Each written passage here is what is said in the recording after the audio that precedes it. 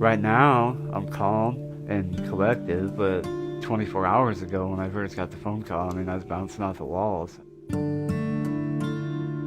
For Andy Sandness, this is the life-transforming event he's dreamed of for years. And for years, a diverse multidisciplinary team of medical specialists has immersed itself in exhaustive transplant research and preparation to make it possible.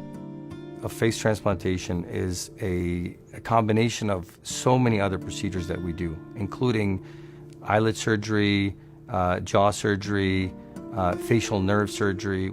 At the time of the transplant, we had 9 surgeons operating. We used over 40 operating room staff, scrub nurses, circulating nurses, perfusionists, and so on.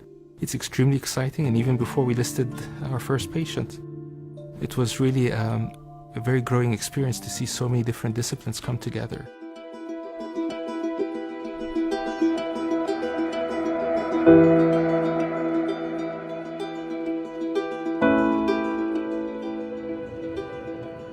I've been to big cities and I've been to, little towns. It just draws you back in here. This is always home for me. The goal is to help people like Andy, a 32-year-old oil field worker from Wyoming whose severe injuries required more than conventional plastic surgery and reconstruction. Andy's struggle actually began as a battle with depression and a regrettable attempt to take his own life with a high-powered rifle. You know what? I was stupid and I made the wrong choice, and now I'm paying for it for the rest of my life.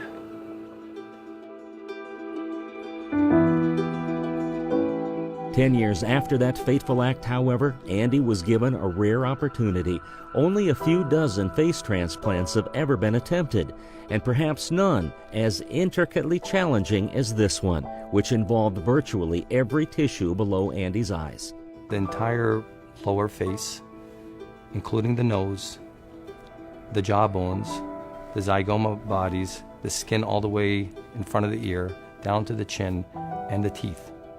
Leading the team was plastic surgeon Dr. Samir Mardini, an expert in craniofacial and microsurgery, and director of face transplantation at the Issam and Dalal Obeid Center for Reconstructive Transplant Surgery at Mayo Clinic. He describes the operation as a series of highly complex, interconnected procedures, among the most critical, meticulously mapping and preserving vital facial nerves on both Andy and the donor. Because we're bringing in all the functions of mouth closure, smiling, lower lid depression. Dr. Mardini says there were literally thousands of such steps to coordinate. A collaboration with medical modeling engineers contributed greatly to both the planning and the execution. Using this technology of 3D modeling, printing, virtual surgical planning is extremely beneficial. They would have cutting guides for us that we would clip on the bones. They would give us the exact location of the cut, the exact angle of the cut. So when we took the donor's face and put it on the recipient, it would fit perfectly. Meanwhile, other transplant patients also had a stake in the priceless gifts being provided by the donor of the face. The donor is a solid organ donor, and you don't want to do something that compromises the ability to obtain liver, kidney, heart, lung. Ultimately, the face transplant alone would require a surgical marathon of 56 hours to complete. Okay, just here, you take the mirror. After 3 weeks of healing, Andy was given his first glimpse in a mirror. Wow. Still recovering and not yet able to speak clearly, Andy scribbles his first impressions on a notepad. Far exceeded my expectations. You don't know how happy that makes us feel.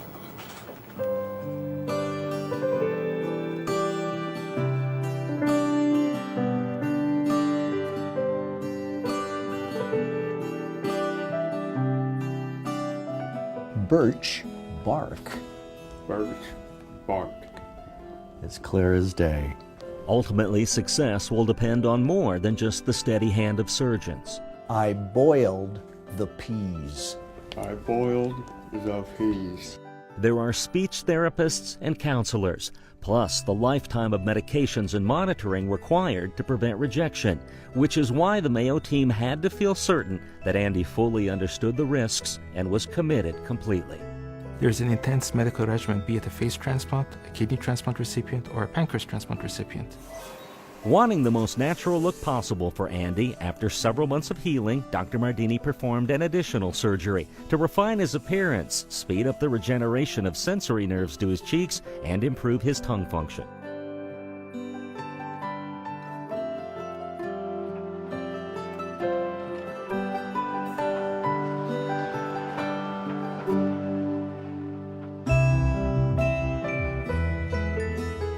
And I was absolutely blown away by the results. As for Andy, he says there is no doubt his long road to recovery was definitely worth it. I just feel like a normal person, walking around outside, go to the shopping malls. Nobody asks any questions, nobody stares. Feel like another face in the crowd. And now with this transplant, I just feel more comfortable, more confident in doing these things. That's easy to understand when one considers the face that Andy now finds looking back at him in the mirror. Naturally, his heartfelt gratitude extends beyond the dedicated team at Mayo Clinic. Without the donor and the donor family, none of this is possible. I can't say thanks enough to those people for what they did, what they gave me. Yeah, I'm just looking forward to getting back out into the world and doing the things I missed out on. I missed out on 10 years of my life. I'm really excited.